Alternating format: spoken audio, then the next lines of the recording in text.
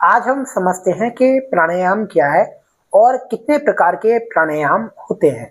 तो देखिए, प्राणायाम का जो अर्थ है इसको दो शब्दों से मिलाकर बनाया गया है, प्राण प्लस आयाम। प्राण का मतलब है हमारी जीवन शक्ति, हमारा जीवन, हमारी श्वास, और आयाम का अर्थ है इसको बढ़ाना या लंबा करना। इस प्रकार से जो प्राणायाम का अर्थ निकल कर आता है, इसका मतलब है कि अपनी जीवन शक्ति को बढ़ाना या अपनी आयु को बढ़ाना। तो प्राणायाम के अभ्यास से हमारी आयु लंबी होती है और जो हमारी प्राण ऊर्जा है वो शुद्ध होती है। विशेष रूप से हमारे शरीर में 5 प्राण होते हैं, प्राण, समान, अपान, उदान और व्यान।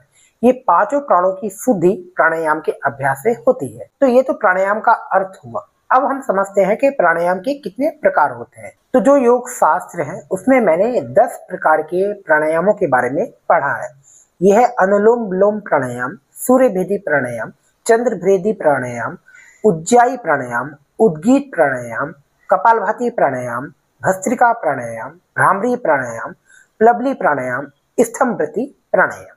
तो ये 10 प्रकार के प्राणायाम हैं। इन प्राणायामों के करने की जो प्रक्रिया है वो अलग अलग होती है और इन सभी प्राणायामों को करने का समय भी अलग अलग होता है। कुछ प्राणायामों को अधिक समय तक कर सकते हैं, कुछ प्राणायाम को कुछ समय तक ही करते हैं, और इन प्राणायामों का हमारे शरीर पर अलग अलग प्रभाव पड़ता है।